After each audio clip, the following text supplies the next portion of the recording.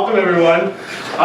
Now is a great time to turn off your cell phones and pagers and all that good stuff. We have people videotaping tonight, otherwise it's just them, so no videotaping of any kind is permitted.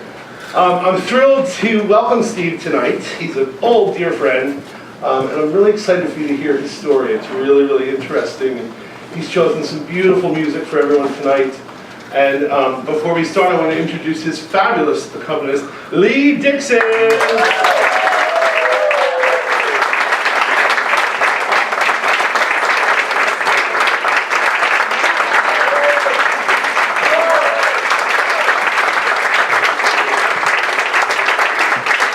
I'm not going to talk too much about Steve because he's going to tell you his story. But I've known him for about 15 years, and I'm proud to introduce him, Steve Hasman!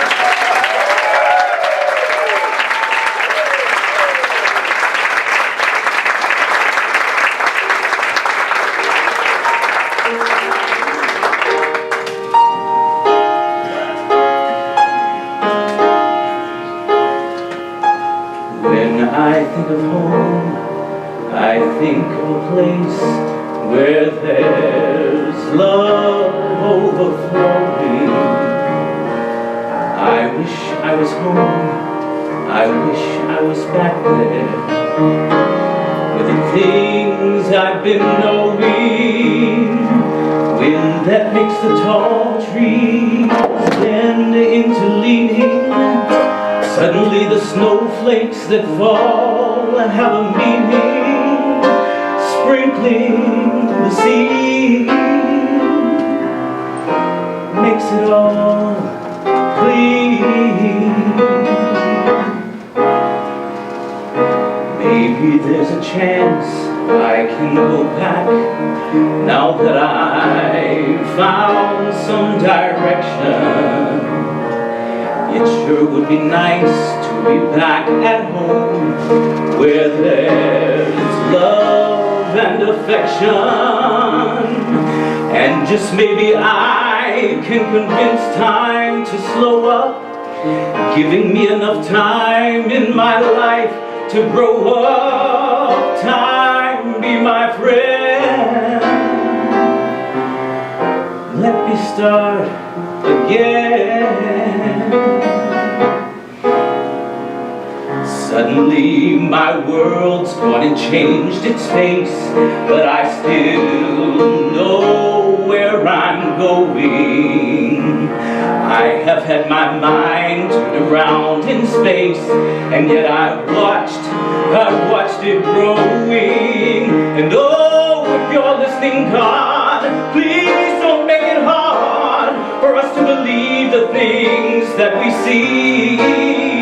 Tell me, should we run away? Should we try to stay? Or is it better just to let things be? Living here in this brand new world might be a fantasy, but it's taught me to love. So it's real to me, and I've learned that we must look inside our hearts to find a world full of love like yours and mine, like home.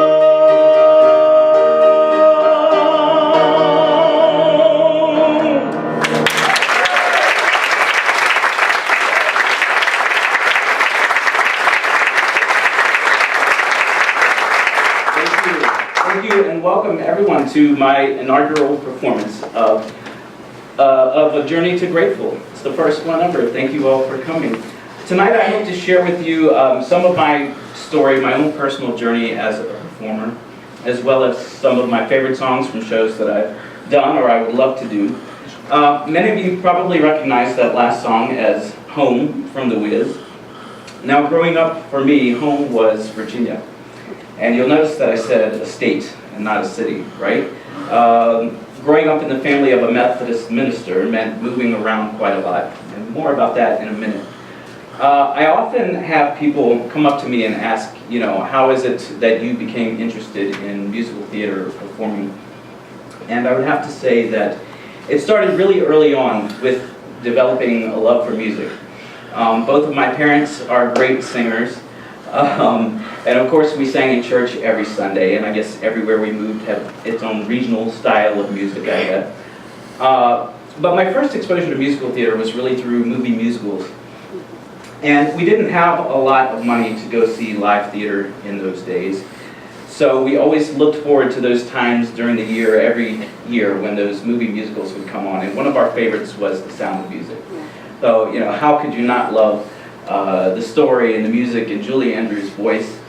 And I always remember my dad telling me stories of how people used to compare my mother to Julie Andrews. She had the same kind of short hair and the beautiful voice. And lately there have been a lot of live musicals that they've produced for television, and I think it's a great thing because there are probably a lot of kids out there that may not get to see musical theater otherwise. Anyhow, I want to sing this next song as a thank you to my parents for exposing us to this wonderful music early on. And I also picked this particular song just because it's just a beautiful, simple song, yet I think it's so meaningful and so relevant, especially today.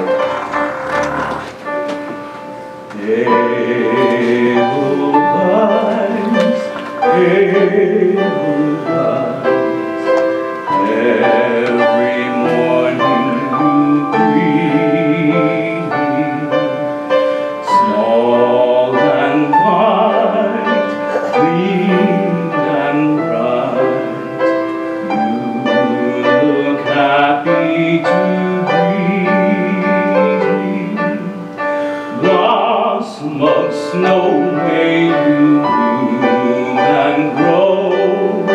bloom and grow forever.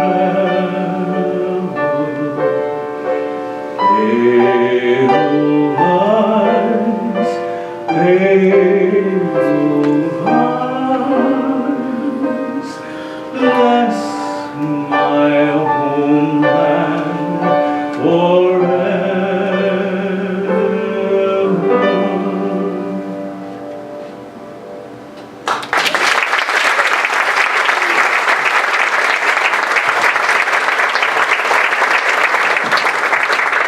So I mentioned that we moved around quite a lot. And that was a particularly difficult thing, you know, when you're a kid. You have to say goodbye to friends that you've made. You go somewhere totally new and you have to make new friends. And I think one of the really difficult things for kids and even some adults is simply fitting in. So when I heard this song, it brought back a lot of memories, and it may for some of you as well. It's from a 2009 review entitled Whoop-De-Doo.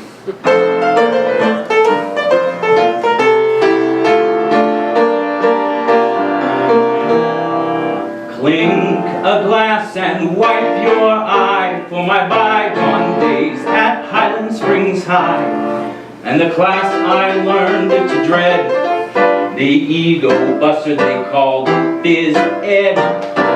Basketball, baseball, football, stickball, volleyball, dodgeball, tetherball, kickball. Playing was hell, but worst of all was the ritual that came first of all.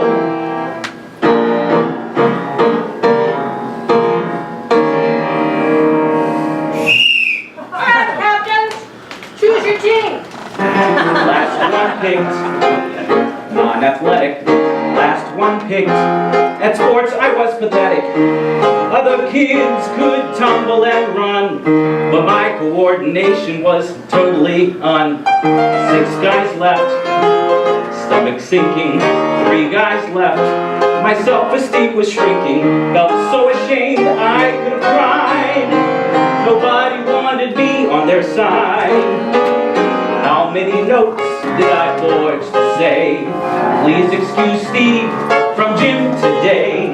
He's wrenched his back His colon is spastic. He's got meningitis and his kneecaps are plastic. I was the last one picked, rejected by the rabble. Last one picked, I could beat them all at Scrabble. My brains didn't do me a bit of good. The bottom of the barrel is where I stood. But time went by and I met you and learned a team could consist of two. The way I was A-okay. Who cared about kids' games anyway? Last one picked. The past is past now. Last one picked. At last I'm not the last now. First draft choice on a winning team. Like I always dreamed I'd be. Imagine my surprise when out of all those other guys you picked me.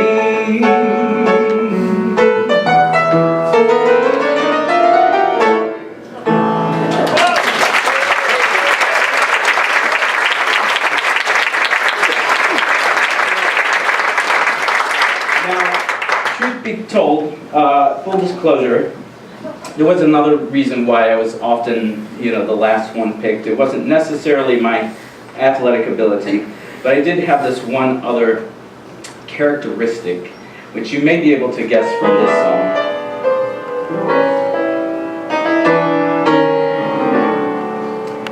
There's a lady living somewhere, where it is I do not know, but I long to write and tell her that I love her so. I believe I might do mayhem, yes, I might destroy myself if I ever found her missing from my grocer's shelf. Sarah Lee, oh Sarah Lee, your brioche just fractures me. Give me a taste of your cherry Danish. My mother bakes well, but you can't compare her, not with Sarah Lee. Oh, Sarah Lee, there's no H, just Sarah Lee, and that's okay by me, 'cause I'm living in paradise when I'm nibbling apple spice from the kitchens of the one I love, wonderful Sarah Lee, Sarah Lee, and it thrills me right to my soul when I'm chewing that finger roll. Hear me saying, for goodness sake, there's never been a better banana cake. Cousin Milton works at the Hilton. He caters banquets, and at each affair he swears by Sarah Lee. Yeah, I really know what you mean, Sarah Lee. On her brownies succeed, there's no H, just Sarah Lee, and that's okay by me. I love a cheesecake white as pearls, and did I mention that chocolate swirl from the kitchens of the one I love, wonderful Sarah, beautiful S-A-R-A-L-E-E, Sarah Lee.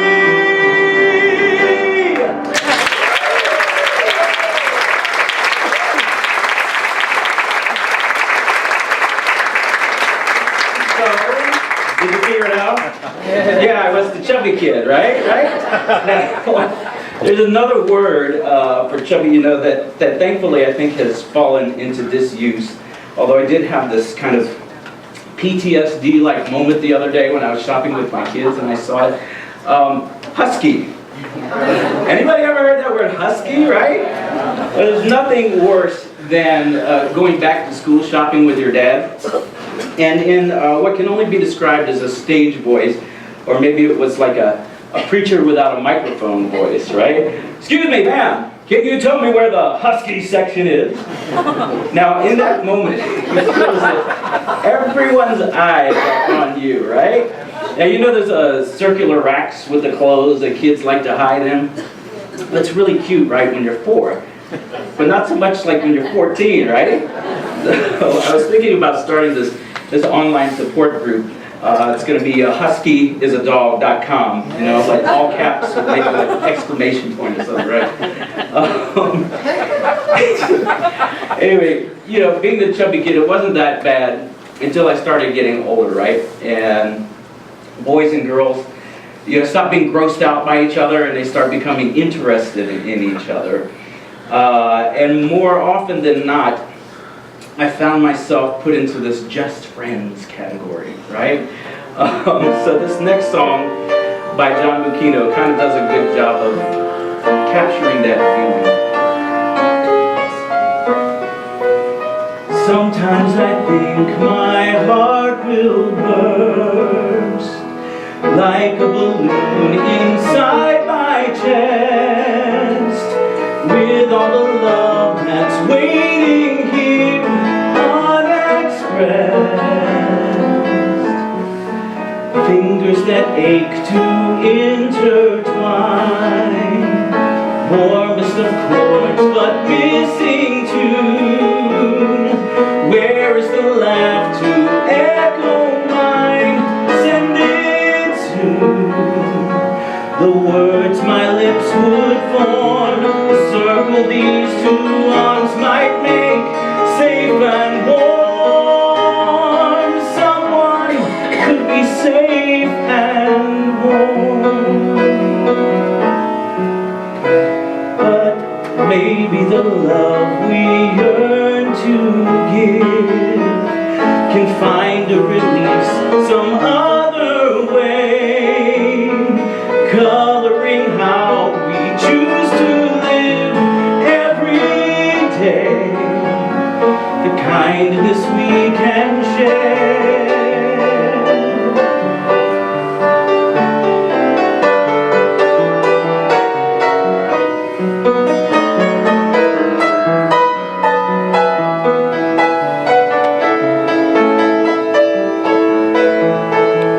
The kindness we can share, the comfort these 2 arms might lend in despair. Someone's always in despair. Still I'm longing to meet that pair of eyes, dark as the night or endless blue, holding a light I'll recognize, something clear, something true, something that seems to mean something I haven't seen since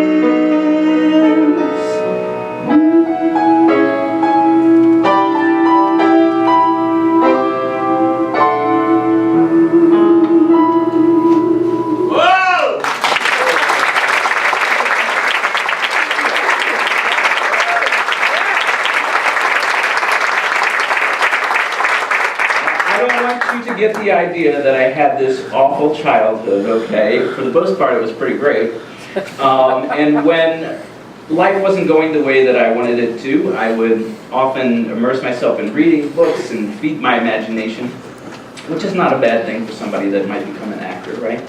And I also got involved in music in school. And despite being just deathly terrified of auditioning, you know, being the chubby kid doesn't exactly do wonders for your self-esteem. One of my best friends, he's probably still my best friend to this day, he's also a professional performer. He encouraged me to audition for this select choir. And I auditioned and I made it. And I think I surprised a lot of people that didn't know that I could sing. And I think I really surprised myself. And it kind of lit this fire inside of me, right? That I wanted to keep doing this. Not just because it made people, you know, sit up and take notice, but also because of how freeing it felt, just to be able to express myself this way.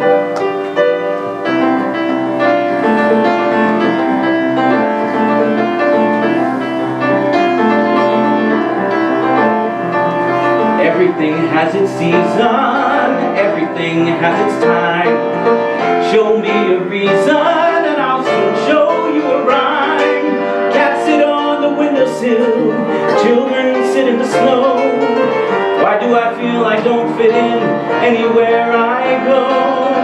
Rivers belong where they can ramble. Eagles belong where they can fly. I gotta be where my spirit can run free. Gotta find my corner of the sky. Every man has his daydream, every man has his goal. People like the way dreams have of sticking to the soul. Thunder clouds have their lightning, nightingales have their song. Can't you see I want my life to be so much more than long? Rivers belong where they can ramble. Eagles belong where they can fly. I gotta be where my spirit can run free. Gotta find my corner of the sky. So many men seem destined to settle for something small, but I won't stop until I know I have it all. So don't ask where I'm going, just listen when I'm gone. Far away you'll hear me singing softly to the dawn. Rivers belong where they can ramble. Eagles belong where they can fly. I gotta be where my spirit can run free. Gotta find my corner of the sky. The sky.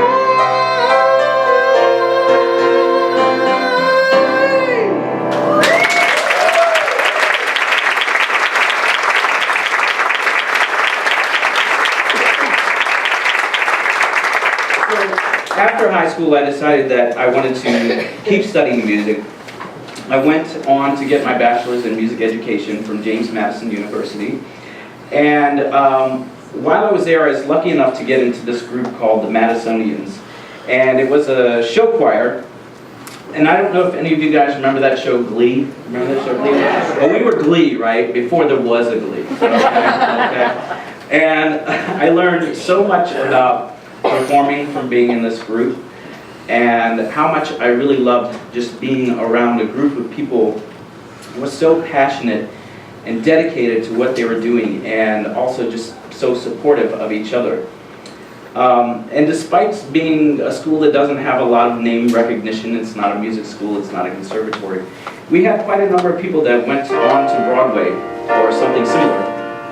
I saw my first Broadway show with this group, Miss Saigon, and it really was during this time that I got bit by the performing bug. I said, you know, I want to be in show business.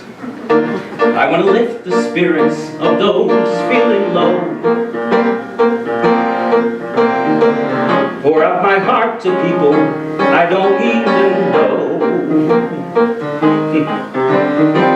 Get paid in sweat, and damn it, if that sweat don't show. This kid is born to be in the biz. Oh, I would have pulled a hamstring and be forced to grin.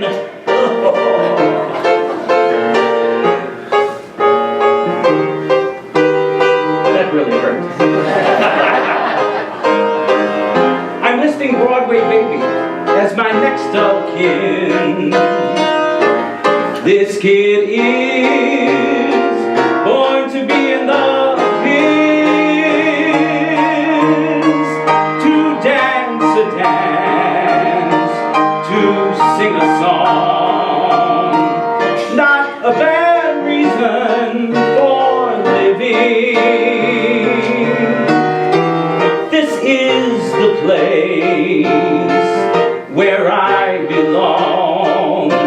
Long as I got the gift that keeps on giving.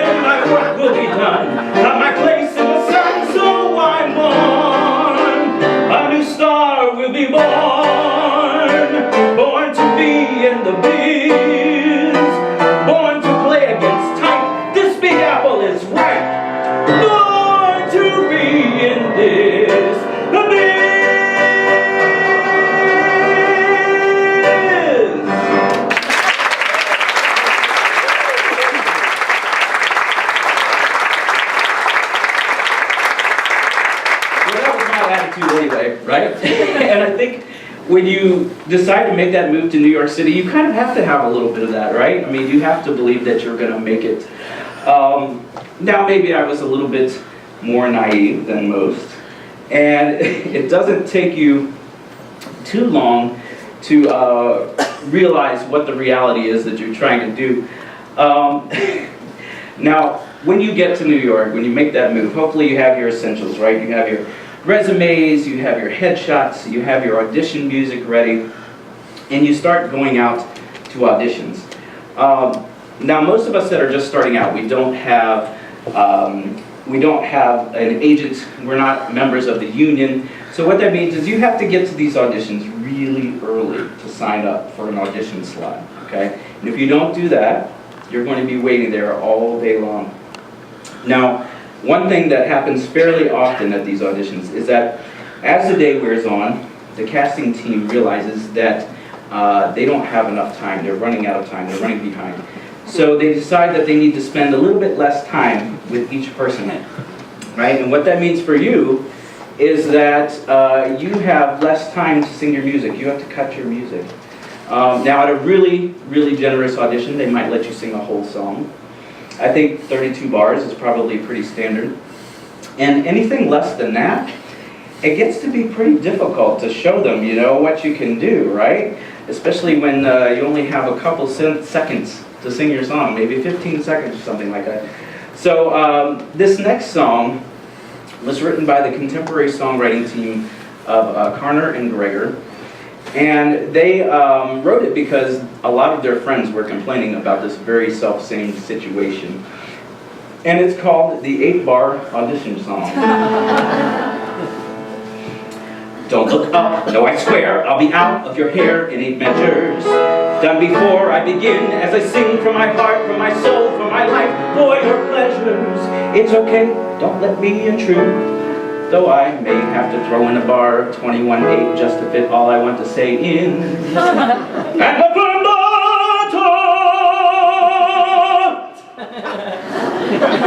but the time slips away until that's all she wrote. If I only had just one more bar, I could sing my ping. Thank you.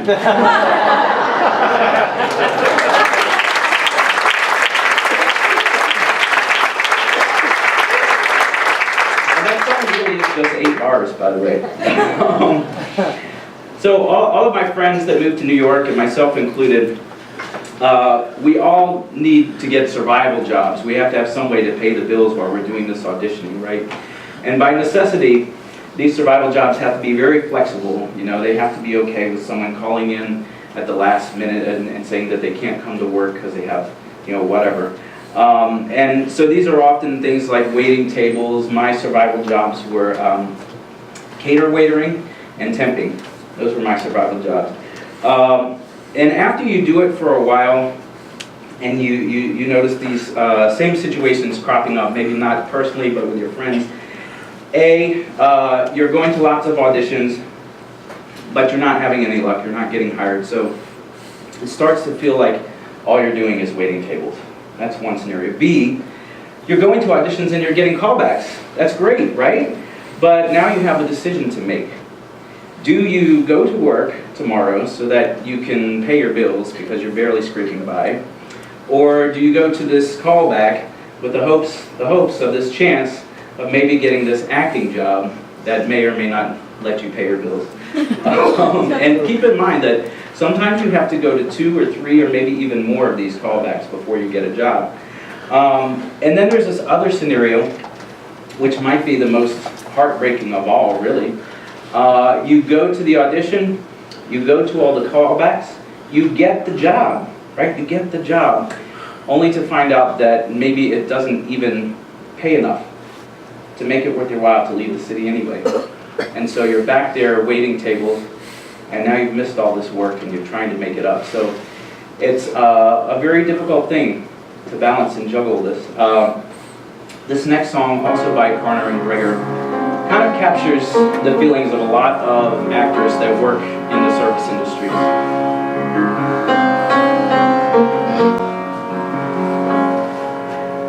200 bucks from a 10-hour shift, almost done now.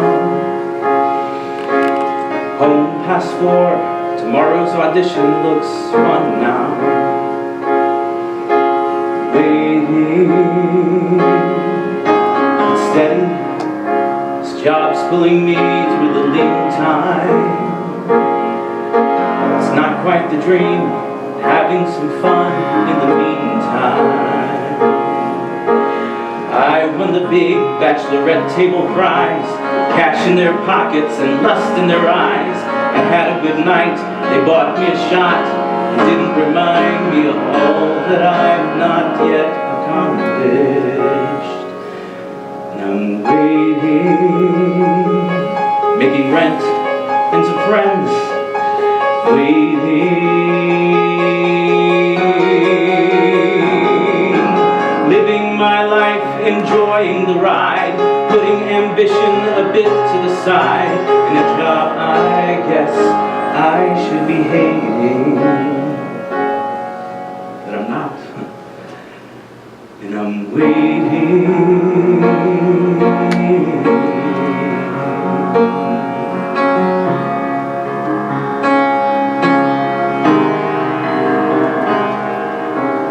Becky's been here a decade, it's all she knows now. Keeps saying she'll hit that audition, but she never goes now. Philippe at the bar, his girlfriend's expecting about now. He's upping his shifts, knows he'll never get out now. And we all laugh it up and have a good time, from the host to the waiter to bartender climb. Think we're in luck, how long till we're stuck, always waiting till the means are the end. Waiting on that Midwestern woman who loves the showbiz. Her daughter takes singing so she knows how it is, and tips 8% because she's not concentrating. Waiting, no, no, no, no, no, no more waiting. Gotta go, show some brawn, maybe punch out that guy who just called me garçon. Take a chance, make a choice, and I'll shout I'm a star with what's left of my voice. Waiting.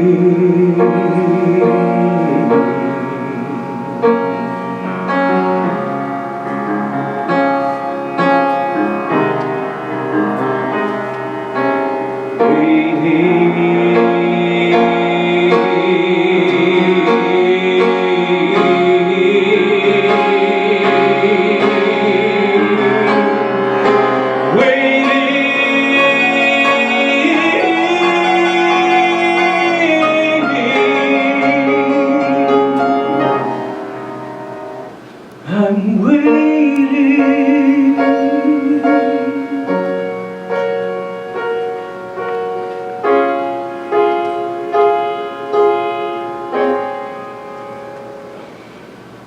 The elderly couple says, "Hey, good for you, chasing your dreams here.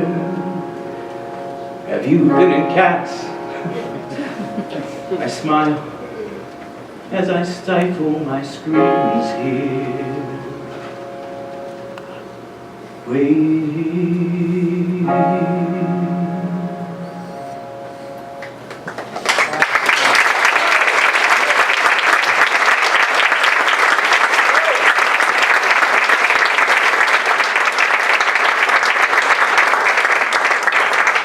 So I mentioned that I was probably a bit naive when I moved to New York.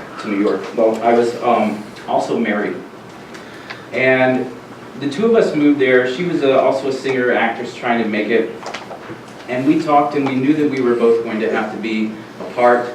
But it's one thing to say it, and it's really another thing to live it. And as time went by, I found myself getting cast more often. I was having more luck, and she more often than not found herself by herself in New York.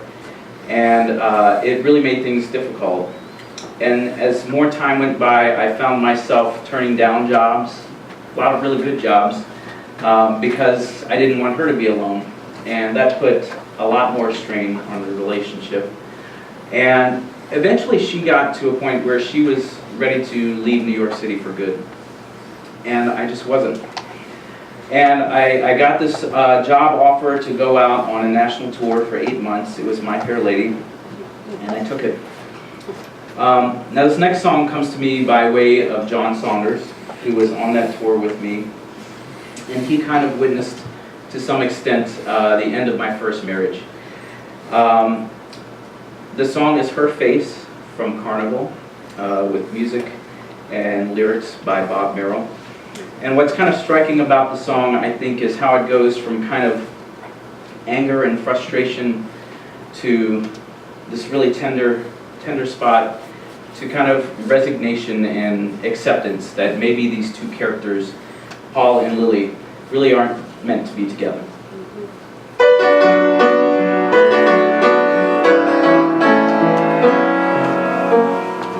That's what I needed, just what I needed. Someone's hand reaching out for mine, a helpless thing depending on me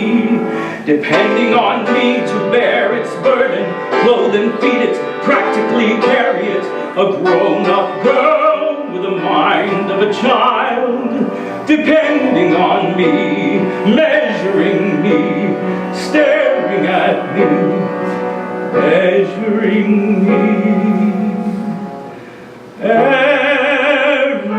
Everywhere I look, I can see her face. I can see her face, see it everywhere. And when I close my eyes, it stays. And like a leaf whirls on a wind, around my mind it plays. If in these two hands I could hold her face, while my fingertips kiss her eyes and lips, and make them love and light and shine. But that would take two other hands, not mine. That would take two other hands, not mine.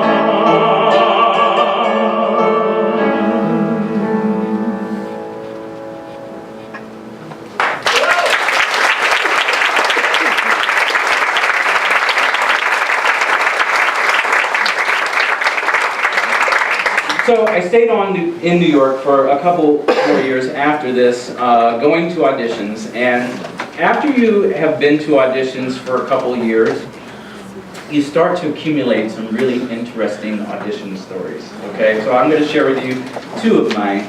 The first is my most embarrassing audition. There was a theater that was they were doing two shows that summer. One was a Fosse show, one was a tap show. I went and sang, they kept me great. They started teaching the Fosse combination, I did well in that, they kept me great. They started teaching the tap combination. Now, I am not really a tapper, okay? And they're teaching it, I'm doing a very good job faking it. Now, faking it is when your feet they look like they're doing what they're supposed to be doing, right? But you're maybe making half the sounds you're supposed to be making, which is not really good in tap, right? Tap, it's supposed to have sounds. So I was doing all right though, faking it. I said, oh, I might get this job, maybe. And then the gut punch, right? The gut punch. They decide they're going to make every person do the combination by themselves. So I couldn't just like leave. I mean, I guess I could have, but I said, well, let's try this. Needless to say, it did not go well. I was not making half the sounds. My face is turning beet red, and I'm looking for that circular rack again, right? I mean, where's a circular rack when you need one? Needless to say, I did not get that job. My second story I'll share with you, maybe my oddest audition. I was auditioning for this show called I Love You, You're Perfect, Now Change. And I thought I did pretty well at the, yeah, it's a funny title, right? I thought I did pretty well at the singing audition, but they didn't keep me. So I was like, well, yeah, it's one of those things, you just chalk it up. And I get home later that night, I check my machine. We had the machines in those days now. And they said, we made a mistake. Could you come back, could you come meet us tomorrow before we leave? You know, we actually meant to call you back. Could you meet us? So I called them up, I was like, sure, I'll meet you tomorrow. And they said, okay, meet us at the Malibu Diner on 23rd between 6 and 7. I thought that was a little odd, but I said, yeah, sure, okay, great. You know, in my head I'm thinking, we're going to meet there, we're going to go somewhere else. I show up, and they're already there, they have a table, and they have all of the scenes that I'm supposed to read at the table, and they say, yeah, here, have a seat. So this person's over here eating their eggs, this person's over here slurping their coffee, and I'm reading scenes from the show in between them, everyone's staring at me. It was rather odd, to say the least. I did get that job. I didn't take it, but I did discover that the Broadway Diner has great cannolis. So it wasn't a total wash. There you go. No, I bet if you ask any of the actors that work here, you know, if they have any really interesting audition stories, they would probably at least have a couple. For this next song, I'm going to bring out the Mac Hayden's very own John Saunders and Monica Wemmett.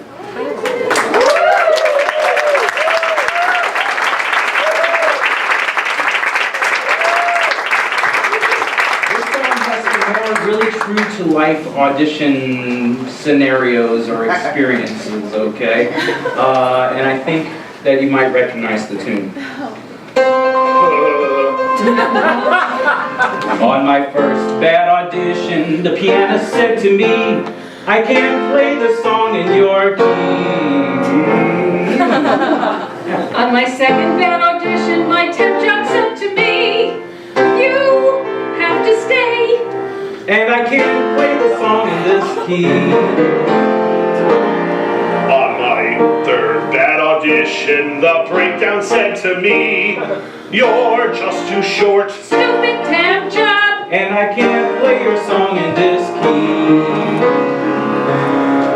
On my fourth bad audition, the subway said to me, no end train. You're just too short. Stupid temp job. And I can't play your song in this key. On my fifth bad audition, my trainer said to me, lose 20 pounds.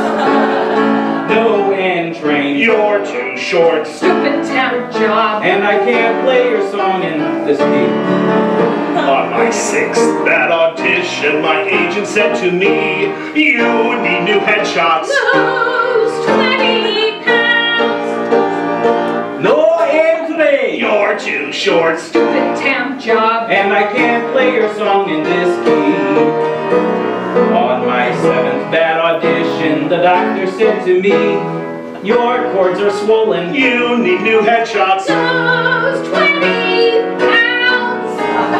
No end train. You're too short. Stupid temp job. And I can't play your song in this key. On my eighth bad audition, my scene partner said to me, don't friggin' touch me. Your cords are swollen. You need new headshots. Lose 20 pounds. You're too short. Stupid temp job. And I can't play your song in this key. On my ninth bad audition, my roommate said to me, what are you wearing? Friggin' touch me. Your cords are swollen. You need new headshots. Lose 20 pounds. No end train. You're too short. Stupid temp job. And I can't play your song in this key. On my 10th bad audition, the dance captain said to me, let's see some footies. What are you wearing? Don't friggin' touch me. Your cords are swollen. You need new headshots. Lose 20 pounds. No end train. You're too short. Stupid temp job. And I can't play your song in this key. On my 11th bad audition, the director said to me, please sing a pop song. I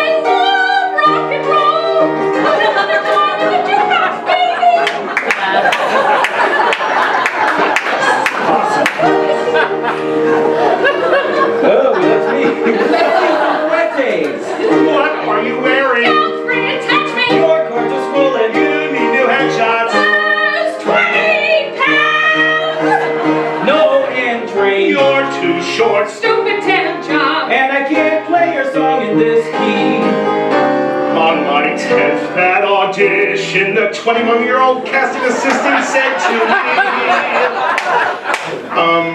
I know we gave you 54 pages of size to learn, but we're only hearing page 9. Starting on the high C, we're looking for a cross between Julie Andrews and Harvey Firestein. With more heart and funnier. Please sing a pop song. Let's see some footage. What are you wearing? Don't friggin' touch me. You're gorgeous, swollen. You need new headshots. Lose 20 pounds. You're too short. It's a damn job. And like Music was in the wrong key.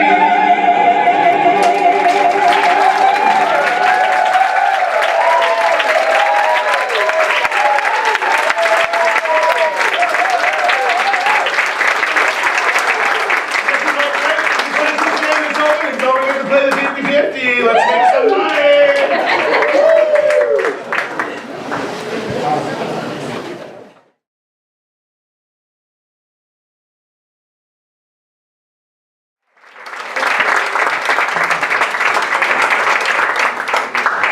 So I want to start the second half of the program with a song that probably everyone here has heard.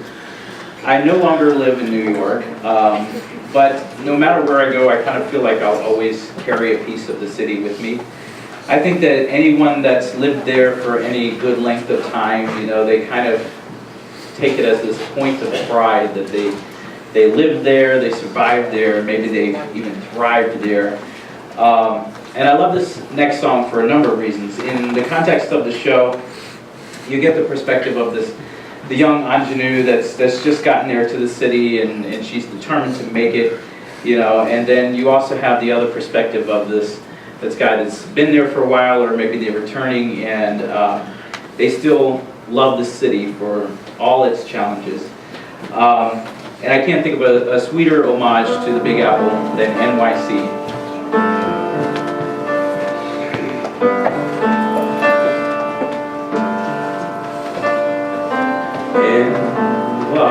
NYC, what is it about you? You're big, you're loud, you're tough. NYC, I go years without you, still I can't get enough of cab drivers answering back in a language far from pure, enough of frankfurters answering back, brother, you know you're in NYC, too busy, too crazy, too hot, too cold, too late, and so again on NYC. NYC, the shadows at sundown, the roofs that scrape the sky. NYC, the rich and the rundown, the big parade goes by. What other town in the whole 48 has a mayor 5'2"? No other town in the whole 48 can have compared to you. Oh, NYC, you make them all postcards, you crowd, you cramp, you're still the champ. Amen to NYC. Now the decision to for me to leave New York was prompted by a number of different things. On that national tour, I met my wife of 11 years. She came on as a dancer. You can give her applause.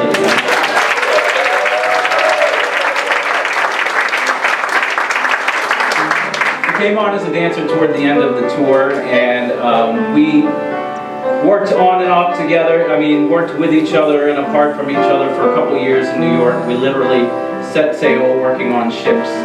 And after a while, she decided that she was ready to move on from performing. And I started thinking that maybe it was time for me to do that as well. I was in my early 30s by this point. I'd worked at a couple good regional theaters. I did that national tour. But staying in the game, as I call it, gets a lot harder when you don't think you're winning, you know? So we moved to Arizona so my wife could go to dental school.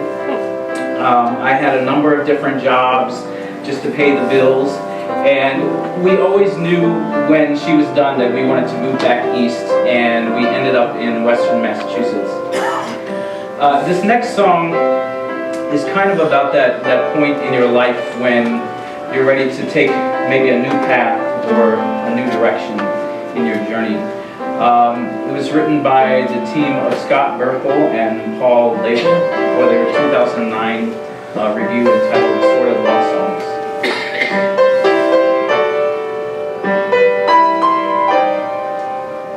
Here I sit all alone, trying to figure out who I am. Here I sit with a choice to make, and the only person on my mind is Christopher Columbus.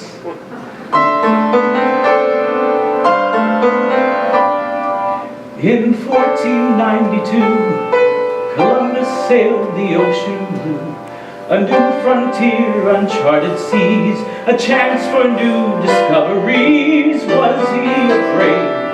Was he scared to sally forth where none had dared? Or did he know somewhere inside that riches lay at the end of his ride?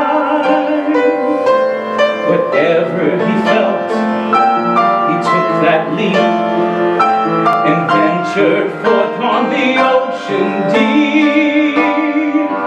And he set sail, Columbus, a new world to explore. Set sail, Columbus, for that unknown shore. And if the world was flat, he just forgot about that and rode that big blue wave. Columbus, he was brave.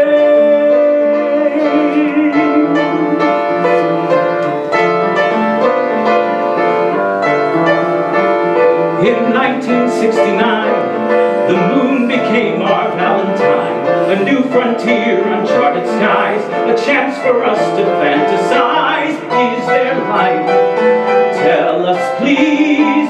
Or is it one big chunk of cheese? Can we breathe? Is there air? What surprises await us there? Whatever the risk, whatever the case, we ventured forth into outer space, and we set sail, Apollo, a new world to explore. Set sail, Apollo, for that unknown shore.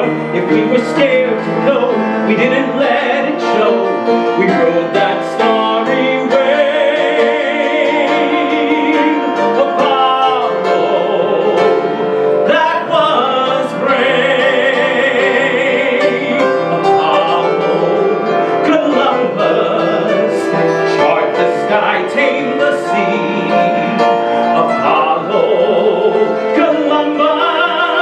Please lend your sense of adventure to me.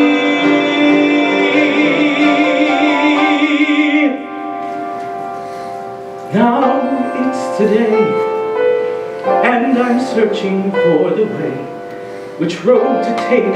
Such stormy seas can lead to great catastrophes. I'm so afraid to look inside and face the fears I've tried to hide, and yet it seems an awful shame to let my life be just more of the same. Whatever I feel, whatever may be, it's time to chart my course out to sea and set sail, Columbus, a new world to explore. Set sail, Columbus, for that unknown shore. And if I run aground, I'll listen for the sound of the compass. That's my heart. Come on now, be smart. Set sail, set sail, set sail, set sail.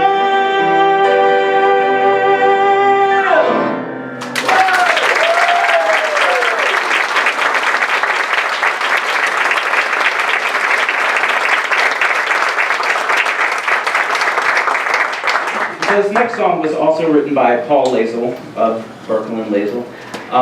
And Paul is the more prolific of the two. He gets things done a lot more quickly, I guess. So they have this agreement that Paul Lazel has agreed, and he's able to work with someone else as long as they're no longer living.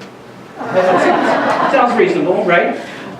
So the text for this next song was written by a 14th century Persian poet by the name of Hafiz. And this is for my wife, Casey, who sets the jewel in my eye to dance.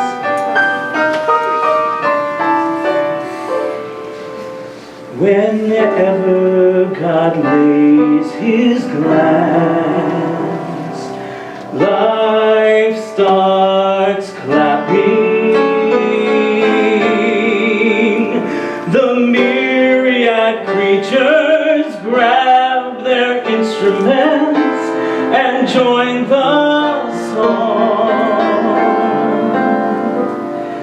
Whenever love makes itself known against another body, the jewel in the eye starts to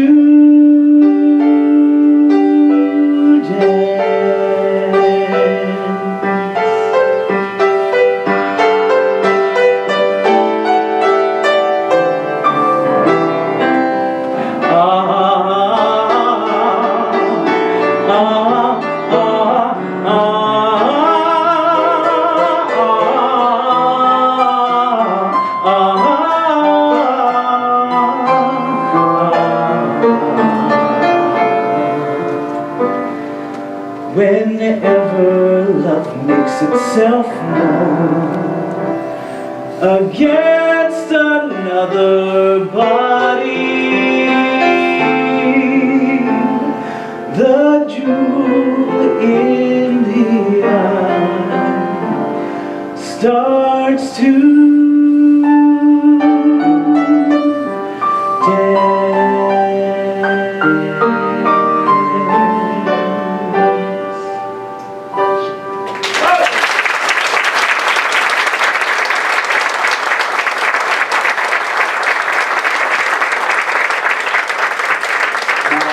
Not long after we moved to Massachusetts, my son Noah was born.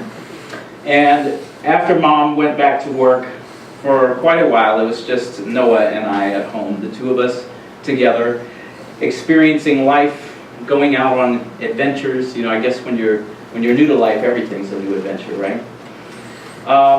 And I knew I wanted to dedicate a song to each of my kids in this show. When I heard this one, I knew it was the one. The name of it is New Words. It's by Maury Yeston. And kind of an interesting little side story about this song. When Alan J. Lerner heard this song, who we know from Brigadoon and My Fair Lady, he decided to contact Maury Yeston and offer to give him some coaching and mentoring. And the reason that he did this is because Oscar Hammerstein had done the same thing for him, and he kind of wanted to pass it along. So, interesting little story. This is New Words for my son Noah.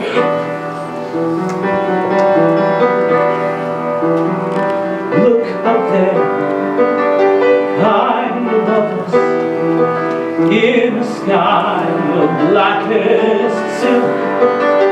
See how round, like a cookie.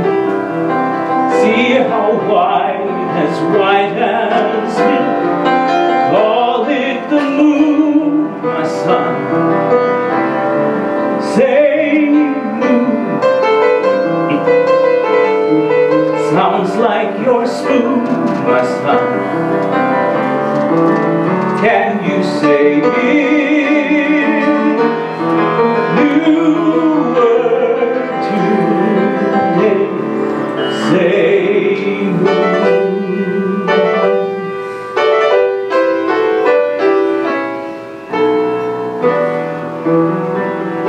Hear the moon brightly turning. See the shining sparks of light. Each one new, each one burning through the darkness of the night. We call them stars, my son. Say stars. That one is Mars, my son. Can you say it? New word today. Say stars as they blink all around us, playing starry-eyed games. Who would think it astounds us, simply naming their names? Turn your eyes from the skies now. Turn around and look at me.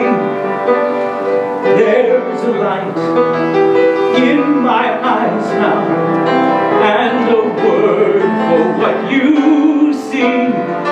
We call it love, my son. Say love. So hard to say, my son. It gets harder. New word today. We'll learn to say moon, say stars, say love.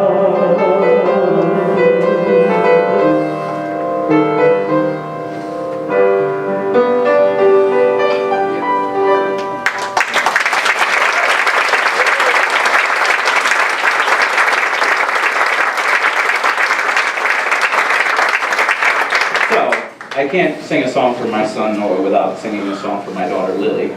She's 4, you know how that is.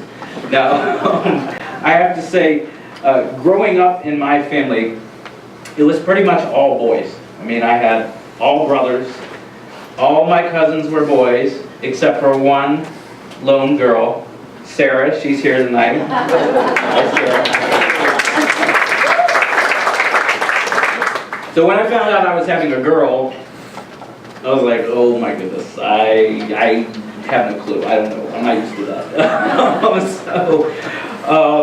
I think a lot of people would agree that raising a girl is a little bit different than raising a boy. But I wouldn't change it for the world. This is Soliloquy from Carousel.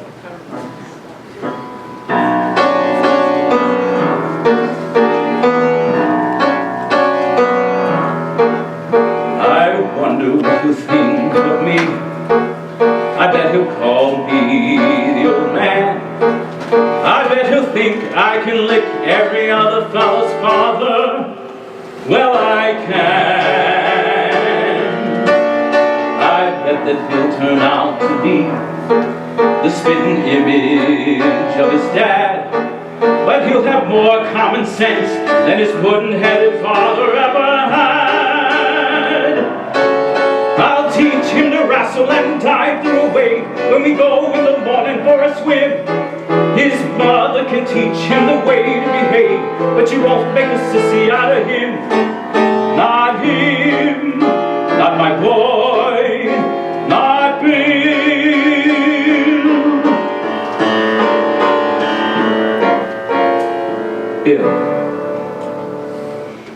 My boy Bill, I will see that he's named after me.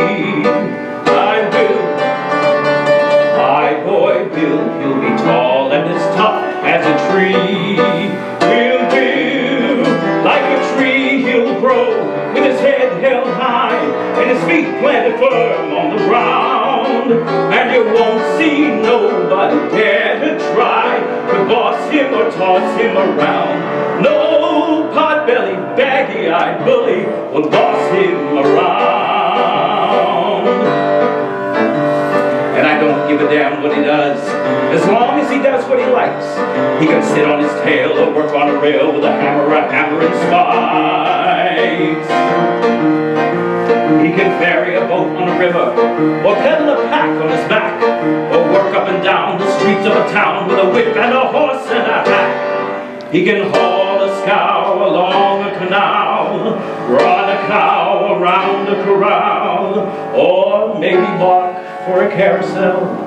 Of course, it takes talent to do that well. He might be a champ of the heavyweights, or a fella that sells you glue, or president of the United States. That'd be all right too. His mother would like that, but he wouldn't be president unless he wanted to be. Not Bill. My boy Bill, he'll be tall and as tough as a tree.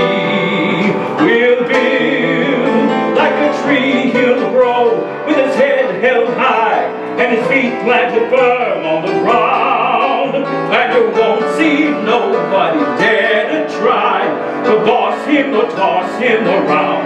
No flat-bottomed, flabby-faced, pot-bellied, baggy-eyed bastard will boss him around. And I'm damned if we'll marry his boss's daughter, a skinny-lipped virgin with blood like water, and give him a peck and call it a kiss, and look in his eyes through a lorgnette. Why am I going on like this? My kid ain't even been born yet. I can see him when he's 17 or so, starting in to go with a girl. I can give him lots of pointers, very sound, on the way to get round any girl. I can tell him. Wait. What the hell? What if he is a girl? Bill!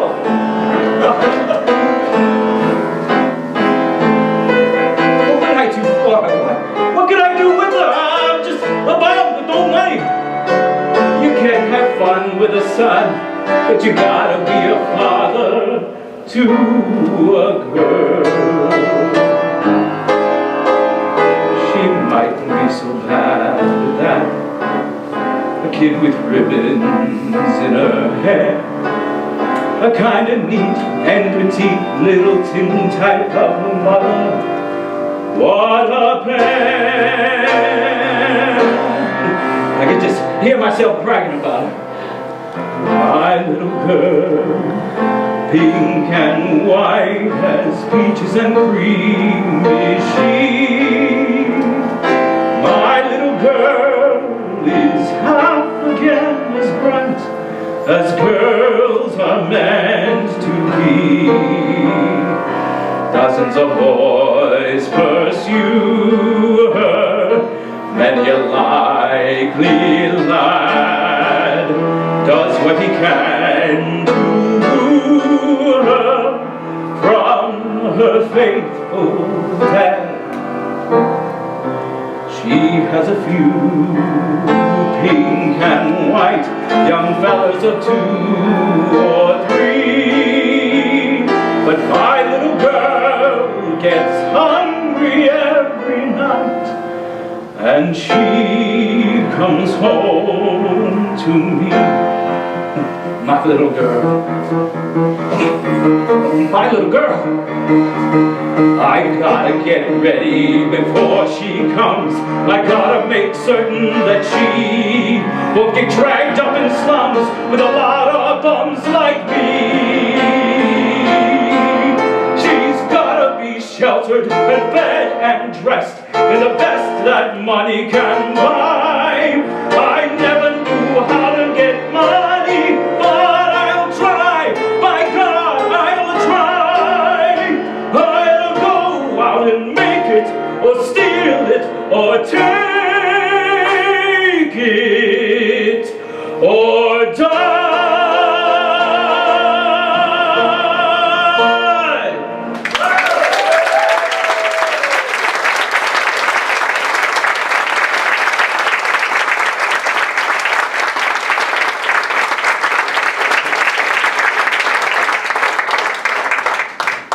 So, as much as I've enjoyed staying home with the kids, and I love being home with the kids, I kind of started to miss working life, you know? And I had this grand plan that I was going to become a dental hygienist, right? Maybe work with my wife, we're gonna be like a team, and it almost happened. I got into hygiene school, I got through a lot of hygiene school, but life had other plans. Now, you can imagine being a music major doesn't exactly prepare you for studying the sciences. So I had a lot of work to do just to get into school, you know. And when it didn't pan out for me, it was pretty tough. I'm now back home with the kids every day and watching the kids. And you know this kind of cliched picture they had that you think of with the parent in the grocery store, the kids are crying, they're sleep deprived, they're looking kind of rough around the edges. That's kind of how I started to feel a little bit, right? So I was looking for a song that kind of matched that feeling. I came across this song, Life Is, from Zorba. Now I started reading the lyrics and I was like, well, this might be a little more depressing than what I'm going for. But I started doing some research. As I was researching the song, I discovered that the character Zorba is actually singing this song to his young friend as kind of an exhortation to live life to its fullest. He's saying, you know, life is hard, life is gonna end, but you have to live every day like it's your last. And I kind of like that. Life is what you do while you're waiting to die. This is how the time goes by.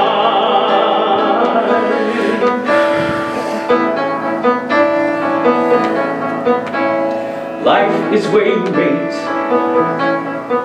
while you're waiting to leave.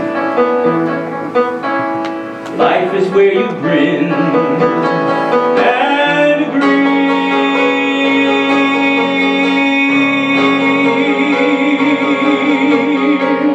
Having if you're lucky, wanting if you're not, looking for the ruby underneath the rot, hungry for the peel-off in someone else's pot, but that's the only choice you've got.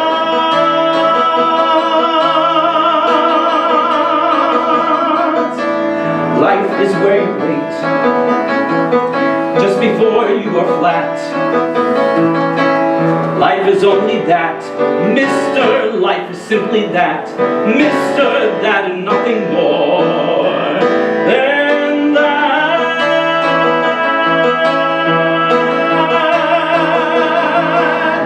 Life is what you feel till you can't feel it all. Life is where you fly and fall,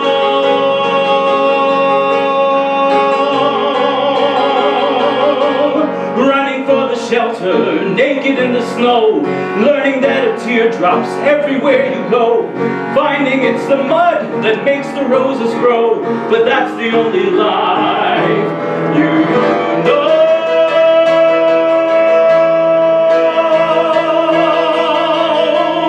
Life is what you do while you're waiting to die. This is how the time goes by.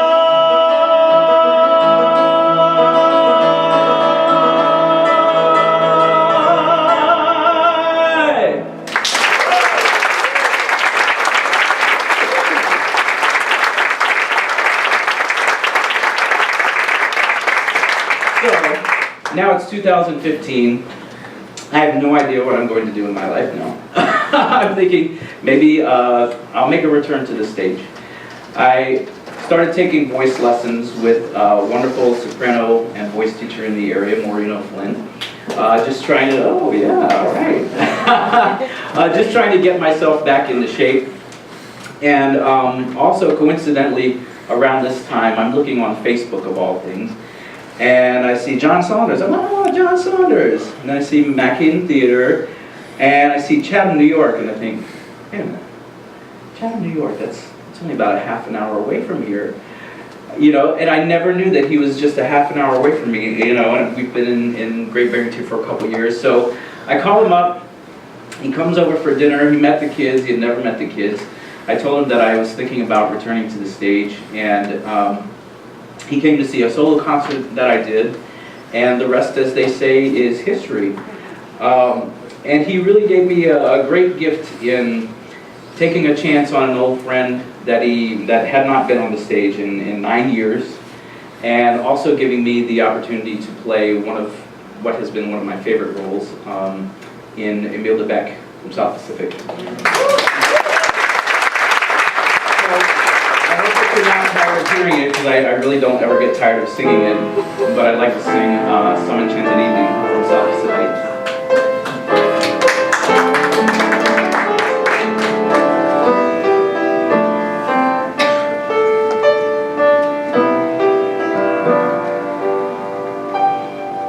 Some enchanted evening, you may see a stranger. You may see a stranger across a crowded room, and somehow you know even then, that somewhere you'll see her again and again. Some enchanted evening, someone may be laughing. You may hear her laughing across a crowded room, and night after night, as strange as it seems, the sound of her laughter will sing in your dreams. Who can explain it? Who can tell you why? Fools give you reasons, wise men never try. Some enchanted evening, when you find your true love, when you feel her call you across a crowded room, then fly to her side, or living alone, or all through your life you may dream on alone.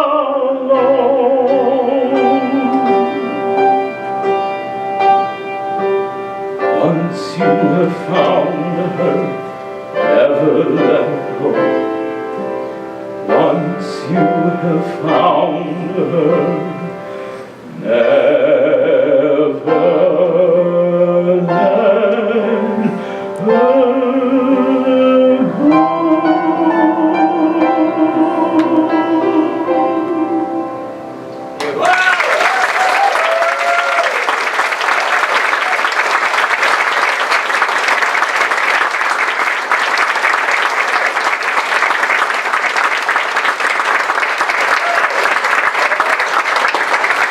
This next song is by Stephen Flaherty and Lynn Ahrens, who wrote Ragtime and a number of other great musicals. It kind of pays tribute to actors and why it is we do what we do. You know, if someone were to write a really honest, job description or want ad for being an actor, it would go something like this.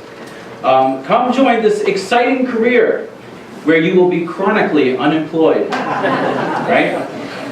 Come join this exciting career where you will be paid very meagerly for the time, effort, and money that you spend in trying to do what you love to do. Come join this exciting career where you will face rejection constantly as your employment hinges on things that are superficial like your looks. And finally, you'll experience these really wonderful highs as you get to play this incredible character that you've always wanted to play, only to find yourself, weeks or months later, kind of depressed as you're looking for work again, right? I think everybody would apply for this job, right? It sounds great, right? Thankfully, there are still people that choose careers on the stage, and we are all the better for it. I've sung on a stage, I've danced in a tent, I've swept out a theater to help pay my rent. I've begged and I've argued for any small chance to perform. And nights I've awakened my thoughts in a knot, remembering how much I gave up and for what. Some paints and some costumes, an out-of-town stop in the storm. And when my kids ask me, Dad, why do you do what you do? My only reply is so I can give something to you.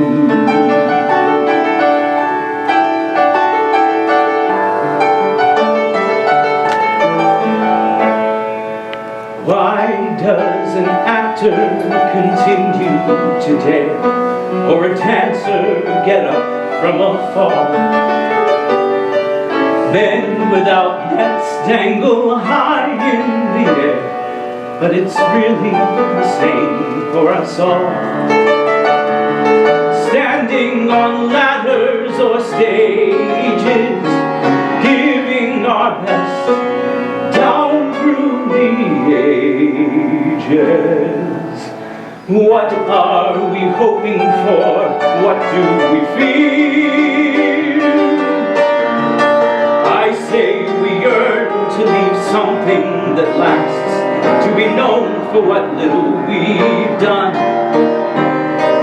Men tell their children the tales of their past, and each man gives his name to his son. Something in song or in story, something of love, something of glory, something that won't disappear in a year. That's why I know that I'll never say never, while lights in the theater still glow. Music and laughter and wonder forever, show after show. This much I know. Here is the gift I pass on to my kids as I put them to bed every night. Tales of what I and so many have done, as we stood on our stage in the light. This is my joy and my duty, how I can leave something of beauty, something that time cannot make disappear, something to say. I was here.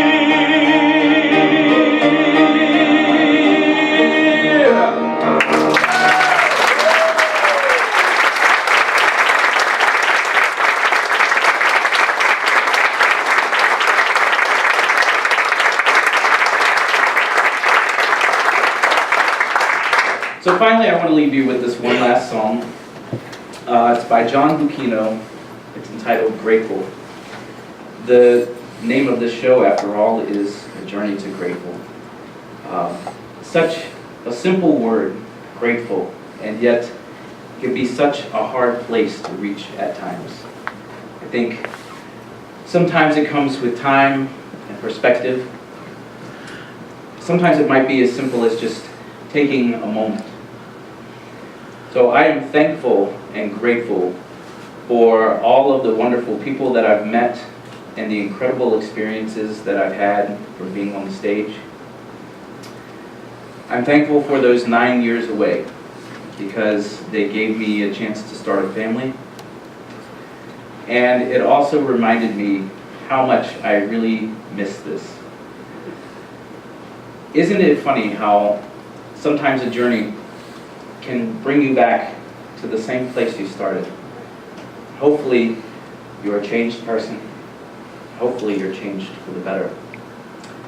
And one more thing I've learned is that home, we started the show with that song, Home, it doesn't have to be a city or a town. For me, coming back to the stage has really felt like coming home. I want to give a special thanks to my accompanist, Lee Dixon.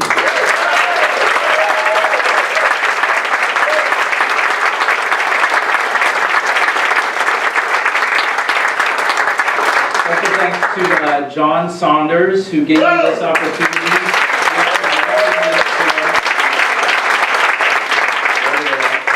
To Monica Lemon and the Mac Hayden Theater. To my family. And thank all of you for coming and allowing me to share some of my journey to Grateful.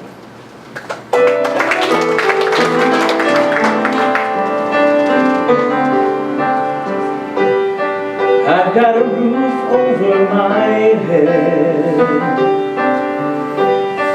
I've got a warm place to sleep. Some nights I lie awake counting gifts instead of counting sheep. I've got a heart that can hold love. I've got a mind that can think. There may be times when I lose the light and let my spirit sink, but I can't stay depressed when I remember how I'm blessed. Grateful, grateful, truly grateful I am. Grateful, grateful, duly blessed and truly grateful.